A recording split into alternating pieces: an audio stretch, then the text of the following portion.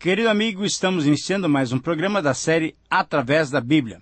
É com grande alegria que chegamos a esse momento especial em que podemos reservar alguns minutos durante o dia para estudarmos a Palavra de Deus. Você que tem nos acompanhado sabe que o objetivo de estudarmos toda a Bíblia Sagrada com profundidade é aplicá-la em nossas vidas, adequando o nosso viver à vontade de Deus.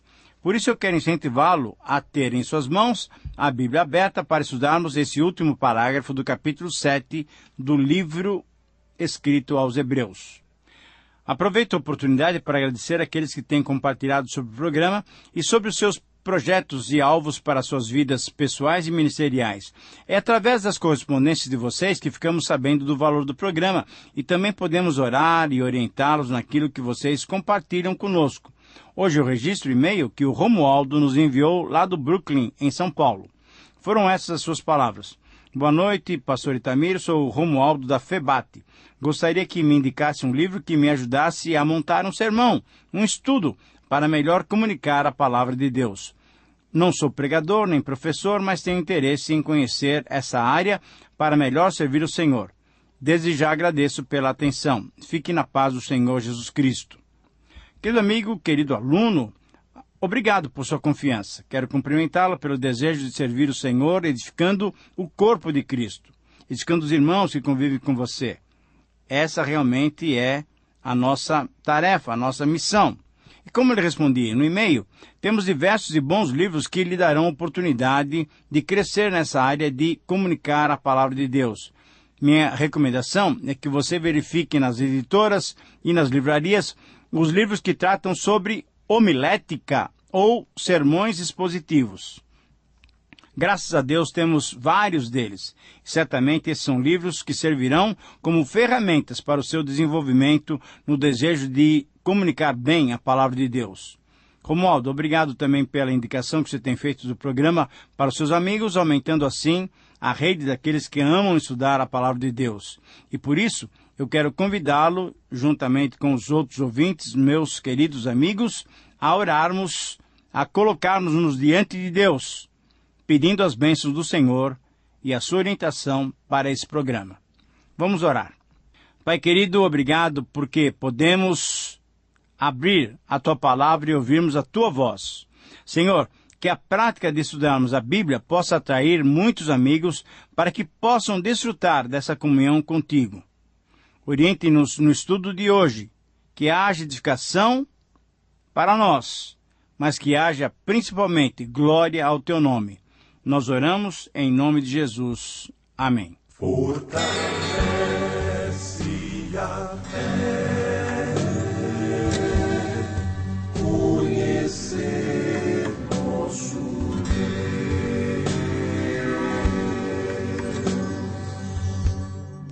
Querido amigo, hoje o nosso propósito é concluirmos o estudo do capítulo 7 de Hebreus.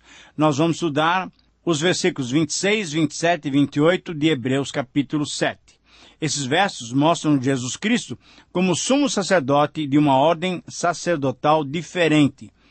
Nós vimos no programa passado, e já no outro anterior, que essa ordem de Melquisedeque é superior à dos levitas, pois foi fundada pela própria ordem indissolúvel de Deus. Nós vemos nessa descrição quão frágil e pobre era o serviço sacerdotal levítico, em comparação com o serviço que é prestado por Jesus Cristo. O autor então mostra o grande contraste que há entre uma e outra ordem. Ele chega a dizer que por inutilidade e precariedade da ordem levítica foi que surgiu uma nova ordem, isto é, a ordem de Melquisedeque, que era um símbolo da nova ordem que veio por meio de Cristo. Esta é a ordem da nova aliança. Se o serviço levítico tivesse satisfeito aquilo que Deus exigia, não teria sido necessário o surgimento de Cristo. Mas tendo o sacerdócio levítico sido estabelecido pela palavra do homem, tinha o seu aspecto frágil, fraco, e por ele ninguém foi aperfeiçoado ou foi justificado. Então, ao estudarmos esse texto de Hebreus 7, 26 a 28, ele nos faz refletir sobre as características do sacerdócio do Senhor Jesus Cristo. Através dessas características, constatamos que as virtudes de Jesus demonstram-no como a única possibilidade, como único suficiente para nos fazer chegar até Deus. Então, eu sugiro como título para esse parágrafo esta expressão: características do melhor e superior sacerdote. Eu repito, em Hebreus 7, 26 a 28, temos o seguinte título: características do melhor e superior sacerdote. Querido amigo, é importante entendermos que apesar de todo o Antigo Testamento, com suas leis, suas normas e maneiras de cultuar ter sido dado por orientação divina ou por ordem divina, estava na direção do próprio homem, que nunca teve condições de fazer a obra do Senhor como era necessário. Nunca o ser humano pôde se chegar a Deus de maneira correta. Os próprios sacerdotes eram fracos e necessitados. Muitos deles revelaram abertamente sua incapacidade e a fragilidade humana. O próprio tabernáculo ou templo onde eles trabalhavam eram frágeis e muitas vezes foram destruídos. Então, não pode haver comparação ou paralelo entre o serviço sacerdotal levítico e o serviço sacerdotal de Cristo. Por isso, foi o próprio Deus que tomou a iniciativa de eleger ou indicar para nos defender e nos salvar um advogado, um mediador e um sumo sacerdote especial. Alguém que tivesse, de fato, condições para desempenhar essa obra. Que homem serviria para o desempenho de uma missão tão elevada de defender-nos diante do próprio Criador? Todos nós conhecemos advogados defendendo homens maus diante até de um tribunal humano. Temos visto os grandes pecadores sendo absolvidos diante dos jurados. Mas quem é que pode defender o homem pecador diante de Deus, de um Deus infinitamente justo e santo? Nenhum homem, nenhum sacerdote poderia levar o homem justificado diante de Deus. E diante dessa realidade, e tendo esses versos a considerarmos, o princípio que extraímos deles é assim colocado: somente em Jesus Cristo encontramos o melhor e superior sacerdócio que nos conduz a Deus. Eu repito, esse é o princípio que extraímos desse texto de Hebreus 7, 26, 27 e 28. Somente em Jesus Cristo encontramos o melhor e superior sacerdócio que nos conduz a Deus. Nesse texto vamos encontrar 7 características que confirmam que o melhor e superior sacerdócio está em Jesus Cristo. Porém, como temos feito normalmente, antes de analisarmos essas características, vamos ler o texto bíblico que nos dá base para esse tema, para essas reflexões. Versículo 26. Com efeito, nos convinha um sumo sacerdote como este, santo, inculpável, sem mácula, separado dos pecadores e feito mais alto do que os céus, que não tem necessidade, como os sumos sacerdotes, de oferecer todos os dias sacrifícios, primeiro por seus próprios pecados, depois pelos pecados do povo, porque fez isso uma vez por todas, quando assim mesmo se ofereceu. E versículo 28, porque a lei constitui sumos sacerdotes a homens sujeitos à fraqueza, mas a palavra de juramento, que foi posterior à lei, constituiu o Filho perfeito para sempre. Querido amigo, essas palavras são muito claras e precisam ser destacadas, pois nelas encontramos uma descrição detalhada da pessoa e da obra do Senhor Jesus Cristo. Então, nesses versículos, encontramos essas 7 características desse sacerdócio superior e melhor. Vamos analisá-las uma a uma. Primeiro, o sacerdócio de Jesus Cristo caracteriza-se por ser santo. Versículo 26. O autor sagrado aqui inicia dizendo que não seria qualquer homem que serviria para ser sumo sacerdote. Não podemos eleger alguém do nosso meio para nos representar ou defender diante de Deus. Não podemos nós mesmos contratar um advogado para nos defender diante do nosso Deus. Para nos defender, para nos representar diante de Deus, tinha que ser alguém, um advogado completamente justo. Ainda hoje, essa é uma verdade e ela não mudará. É só Jesus que é esse advogado santo e justo no sentido evangélico da palavra. Aqui no versículo 26, nós temos as qualificações para ser esse sumo sacerdote. Em primeiro lugar, Jesus é santo, quer dizer, separado de todo pecado e dedicado e consagrado ao serviço de Deus. Somente Cristo, o Filho de Deus, que também é infinitamente justo e santo, pode ser o nosso sumo sacerdote, mediador e advogado. E foi por isso que o apóstolo João disse: Filhinhos meus, essas coisas vos escrevi para que não pequeis. Se todavia alguém pecar, temos advogado junto ao Pai, Jesus Cristo o justo. 1 João 2:1. Você tem recorrido a esse maravilhoso e santo advogado que temos na pessoa do Senhor Jesus Cristo? O sacerdócio de Jesus caracteriza-se, em segundo lugar, por ser inculpável. Também é uma expressão que vem do versículo 26. O texto então continua e o autor diz também que esse advogado, esse intercessor, esse sacerdote que nos leva a Deus, deve ser um sacerdote inculpável. Agora, quando olhamos para as páginas dos evangelhos, percebemos que as narrativas mostram que Jesus não teve nenhuma culpa. Quando todos os homens, seus inimigos, o enfrentaram, Jesus lhes desafiou e perguntou: Quem dentre vós me convence de pecado? João 8,46. E ninguém teve ousadia ou atrevimento de apontar-lhe qualquer erro ou qualquer pecado. O próprio juiz, que deveria julgá-lo, que deveria acusá-lo, não conseguiu. Inclusive, foi Pilatos quem julgou a Jesus e chegou a confessar dizendo que ele era justo e que não via nele crime algum, conforme lemos em João 18,38. Portanto, testemunhado por diversas pessoas, nós temos em Jesus um sumo sacerdote sem culpa, um sacerdote inculpável.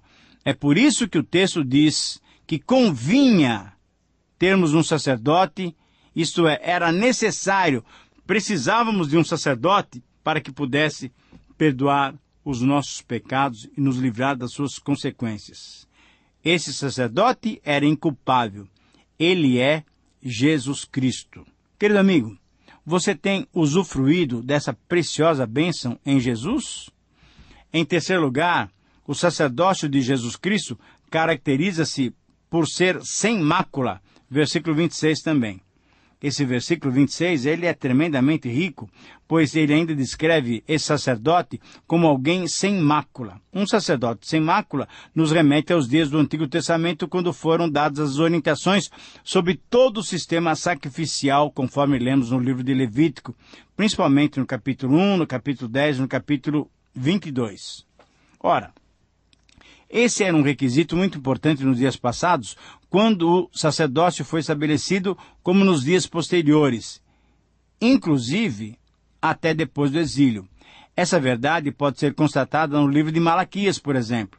Ali Deus aponta para o erro do povo e especificamente para o erro dos sacerdotes ao oferecer sobre o altar animais cegos, coxos, enfermos. Veja Malaquias 1:8. Esse ato era tão desprezível para Deus que ele desafiou os israelitas a oferecerem esse tipo de oferta aos seus governadores. Se isso ocorresse, eles não seriam aceitos.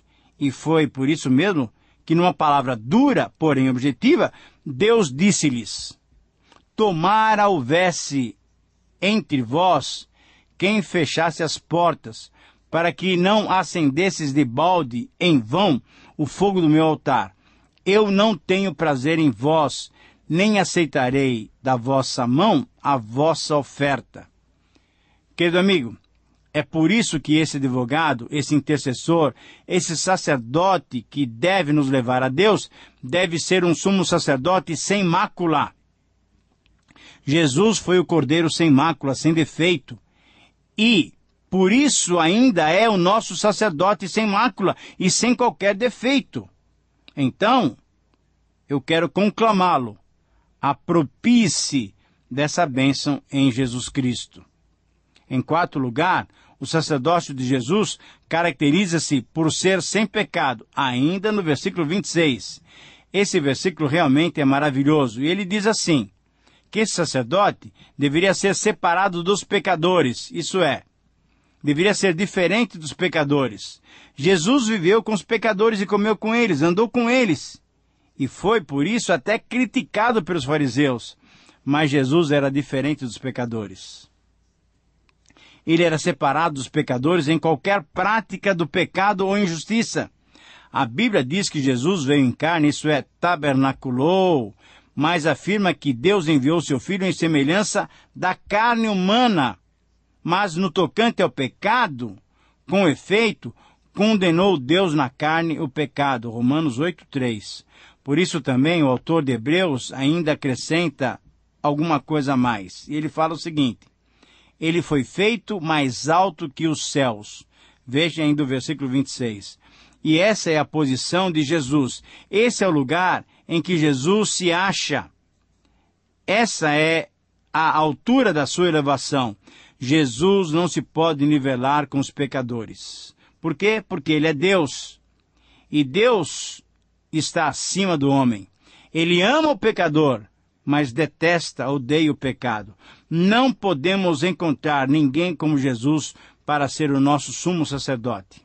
Querido amigo, eu espero que você esteja lembrando que o objetivo do autor de Hebreus é mostrar que Jesus é superior a tudo e a todos. Por isso, não podemos retornar àquilo que é inferior. Não há nada nem ninguém que possa se comparar a Jesus.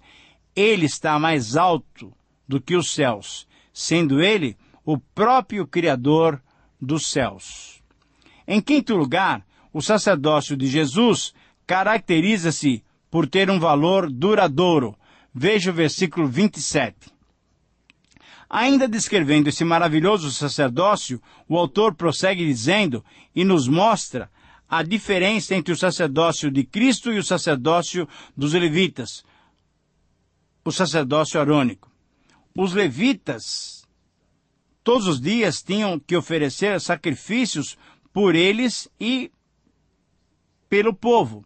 Veja bem, tanto os sacerdotes como os levitas que atuavam naquela área do templo, eles também deveriam apresentar sacrifícios por si mesmos. Por quê? Porque eles eram pecadores. Para que pudessem chegar na presença de Deus, para que pudessem oferecer sacrifícios aceitáveis a Deus, tinham que primeiro se purificar a si mesmos, para aí então oferecer sacrifícios em favor do povo. Os sumos sacerdotes tinham, como pecador que eram, eles tinham que oferecer sacrifícios todos os dias. Agora, veja só, primeiro por eles mesmos, para que pudessem se apresentar diante de Deus. Só assim, purificados, posteriormente é que eles podiam oferecer sacrifícios pelo povo. Mas isso era uma rotina constante, diariamente. Tinham que ser purificados para depois apresentar sacrifícios para a purificação do povo. Isso era o que faziam aqueles sumos sacerdotes ao cumprirem as leis judaicas. Os sacrifícios que eles ofereciam para um dia não serviam para o outro dia, e por isso tinham que repetir os mesmos sacrifícios. Os sacrifícios de ontem não serviam para o dia de hoje e não serviam para o dia de amanhã. Tinham que ser repetidos, e isso mostra perfeitamente a precariedade, a fragilidade e a inconsistência do sacerdócio levítico. Mas aqui nesse ponto, nós precisamos entender alguma coisa importante. Não é que o próprio estabelecimento do sacerdócio levítico ou a própria lei do Antigo Testamento era em si falha e frágil. Não, o grande problema sempre foi do coração do homem, que era frágil e fraco. Como diz Paulo em Romanos 7, nós somos carnais, vendidos à escravidão do pecado. Agora, nesse ponto também, nós precisamos entender e precisamos ver que Cristo fez esse sacrifício uma vez por todas, enquanto que os sacerdotes tinham que repetir os seus sacrifícios e a sua purificação pessoal todos os dias, por causa da falha das nossas características humanas, Cristo fez esse sacrifício uma vez por todas. A obra que o Filho de Deus realizou foi perfeita. E aqui vemos uma das diferenças entre aquilo que Deus faz e aquilo que o homem faz. Deus faz alguma coisa perfeita e o homem, quando faz, mesmo que faça para Deus, terá que repetir ou ainda aprimorar, melhorar. Creio que esse versículo aqui é muito importante, pois nega completamente a necessidade de uma cerimônia, ou liturgia, ou sacramento, ou seja o que for, que seja feita com o propósito de repetir o sacrifício de Cristo na cruz do Calvário. Simplesmente, querido amigo, não se repete. Sabe por quê? Porque o autor divinamente inspirado diz claramente que esse sacrifício não se repete. Jesus fez isso, isto é, se entregou por nós uma vez por todas. A bênção que temos é que esse sacrifício feito há mais de 2000 anos ainda tem valor. O convite é para nós valorizarmos e recebermos essa oferta maravilhosa. Em sexto lugar, o sacerdócio de Jesus caracteriza-se por ser auto-oferecido. Veja o versículo 27. Ainda nesse verso temos uma prova do amor de Jesus. É claro que para o crescimento da fé, para gozar dos privilégios espirituais, você precisa viver dignamente. Mas é importante ler a Bíblia e participar das atividades da igreja, desenvolvendo uma vida de oração e etc., com disciplinas espirituais, mas o que salva mesmo, o que salva perfeitamente, é a fé em Jesus Cristo, que se ofereceu espontaneamente por nós. Não há necessidade de ninguém estar se sacrificando ou tentando fazer penitência ou sacrifício para merecer a salvação. Tudo isso é inútil. Sabe por quê? Porque Cristo já se deu por nós. Em sétimo e último lugar, o sacerdócio de Jesus Cristo caracteriza-se por ser sacerdócio do Filho. Veja o versículo 28. Finalmente aqui o autor mostra dois tipos de sacerdotes. Um é o tipo de sacerdote que é constituído pela lei mosaica. Esse sacerdote é humano, falho, sujeito a fraquezas e a erros. Mas encontramos também um outro tipo de sacerdote, que é aquele que é constituído pela palavra de juramento. Isto é, que veio anterior à lei, que é filho de Deus, que é perfeito para sempre. O contraste, grande contraste, é entre um sacerdote e outro. Veja só, um é constituído pela lei e o outro é pela palavra de juramento de quem? De Deus. Um é falho, o outro é perfeito. Um é humano, o outro é divino. E o escritor sagrado está mostrando quão superior é o sacerdócio de Cristo, contrastando com o sacerdócio levítico. Nós não cremos que haja um sacerdócio organizado, sistemático na Igreja de Cristo hoje, quer dizer, uma classe de sacerdócios. Não. O que temos, sim, é que todos os crentes são sacerdócio real. É isso que Pedro nos diz em 1 Pedro 2,9. Como que podemos concluir essa reflexão? Lembrando que o propósito redentor de Deus não alcançaria o seu objetivo com a antiga aliança. Por isso, a nova aliança em Jesus Cristo nos dá condições para termos plena e total comunhão com o nosso Deus. Querido amigo, que você possa usufruir dessa maravilhosa intercessão do perfeito e melhor sumo sacerdote. Um grande abraço e até o próximo programa.